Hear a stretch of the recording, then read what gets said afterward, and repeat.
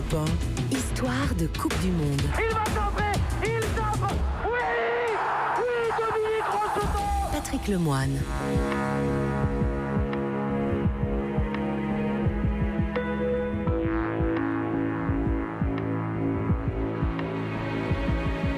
À León, ville située à 400 km au nord-ouest de Mexico, il y a aussi un Camp Nou.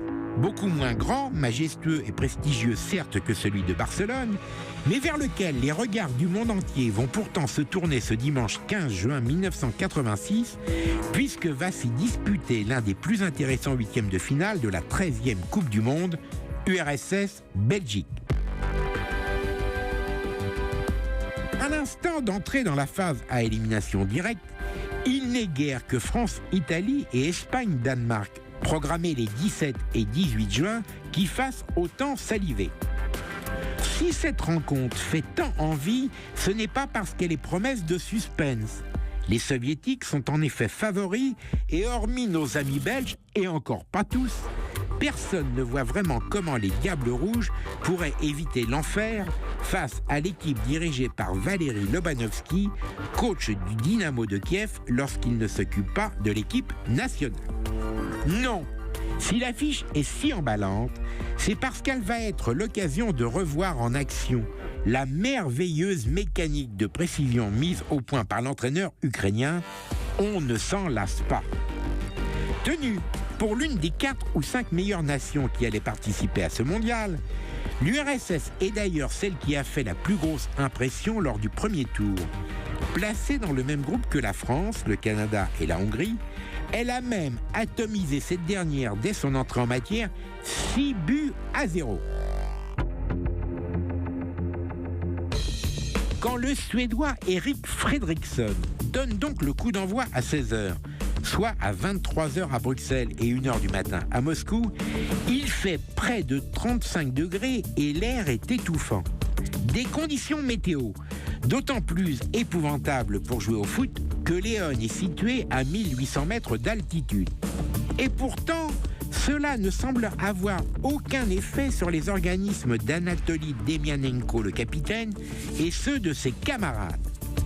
Exactement comme face aux Hongrois, aux Canadiens et aux Français, avec qui ils ont fait match nul 1-1. Les Soviétiques, tous Ukrainiens du Dynamo, sauf Renat Dassaïev, le gardien qui joue au Spartak de Moscou, les Soviétiques donc déploient d'entrée leur football résolument offensif.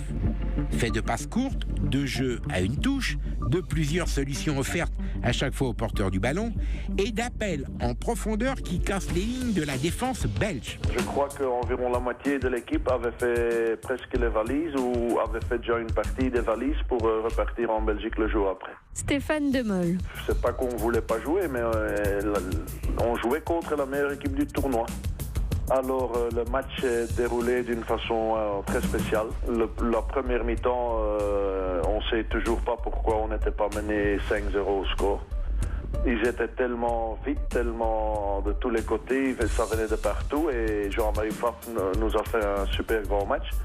Jean-Marie Pfaff est un très grand ami à moi et je lui dis toujours, grâce à mon but que j'ai battu l'URSS et Dassaïev, tu es devenu le numéro 1 au monde.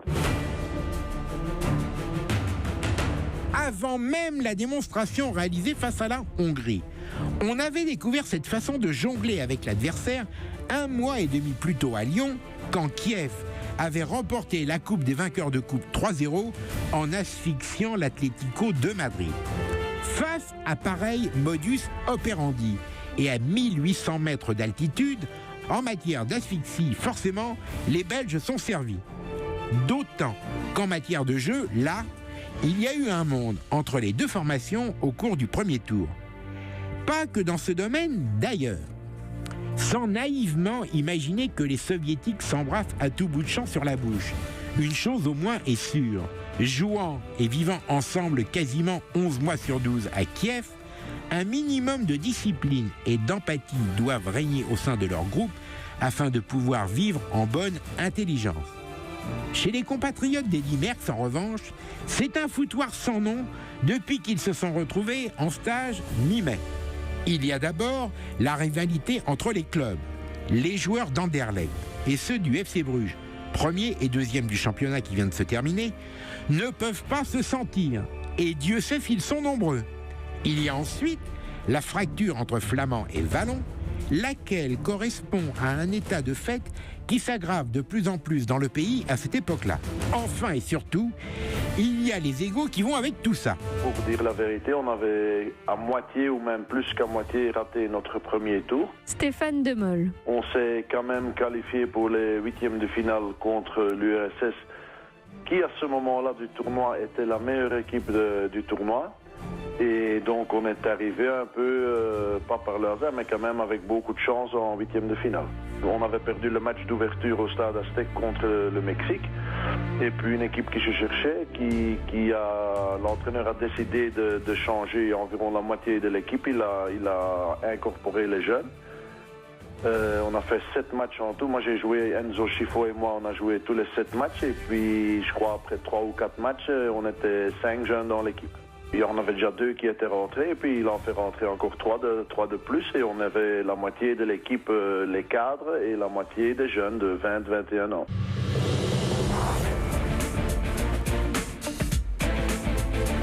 Avant même la défaite initiale de 1 face au Mexique, André Van der Eycken avait fait de la voix et du pied trembler les murs du vestiaire à l'entraînement.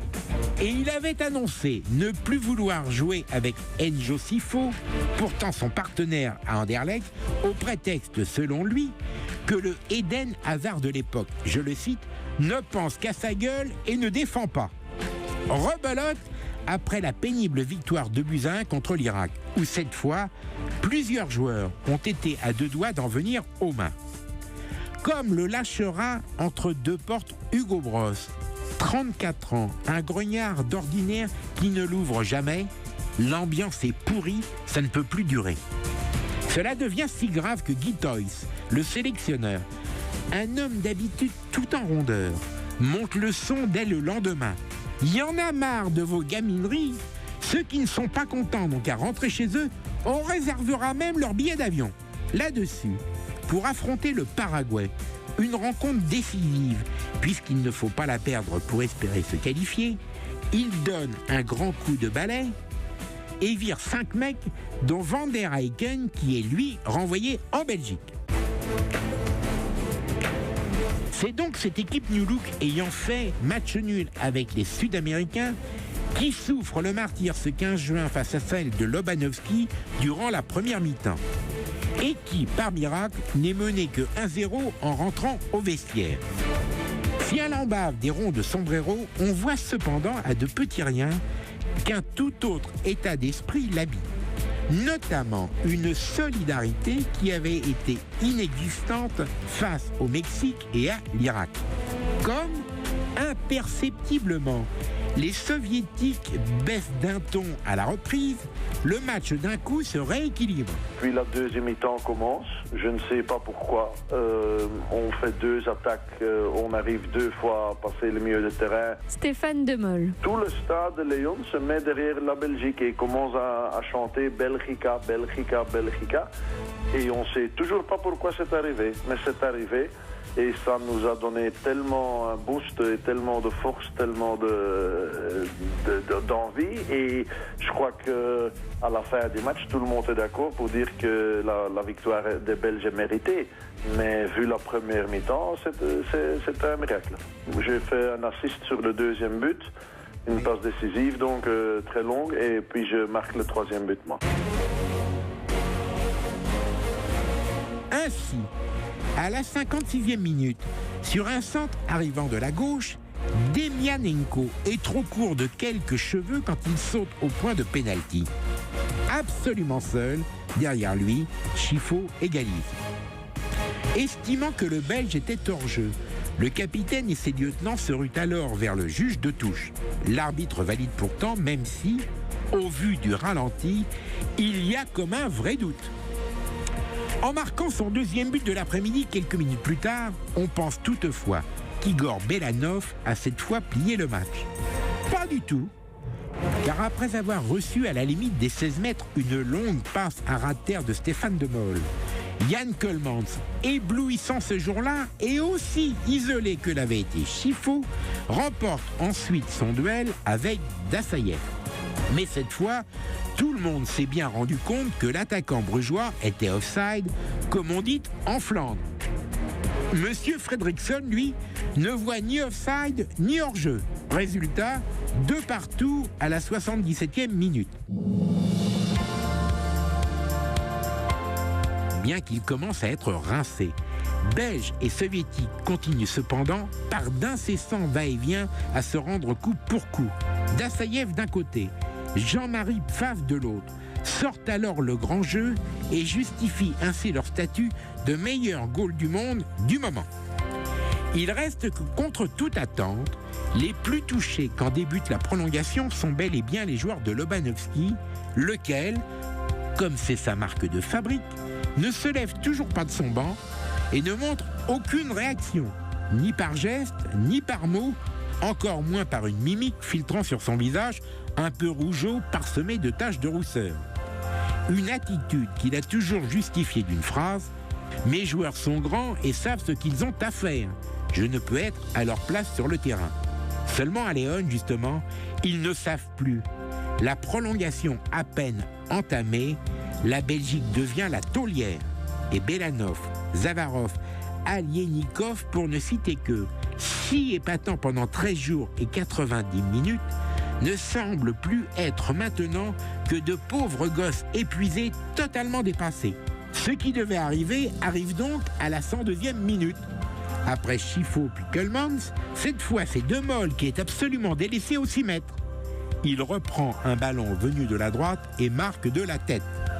Nico Klassen inscrit ensuite un 4e but, Belanov, un petit dernier pour la route qui va le ramener à Kiev, puis à 4-3, score final, en larmes. Il se laisse tomber les bras en croix sur la pelouse. C'est le moment que choisit le ciel pour se mettre lui aussi à pleurer et déclencher des trompes d'eau. Bien plus forte que l'URSS de Yachine qui fut demi-finaliste en 1966, cette Union soviétique-là a sans doute raté la chance de sa vie au Mexique. Igor Belanov, lui, n'a pas tout perdu à Léon. Il remportera 6 mois plus tard le Ballon d'Or.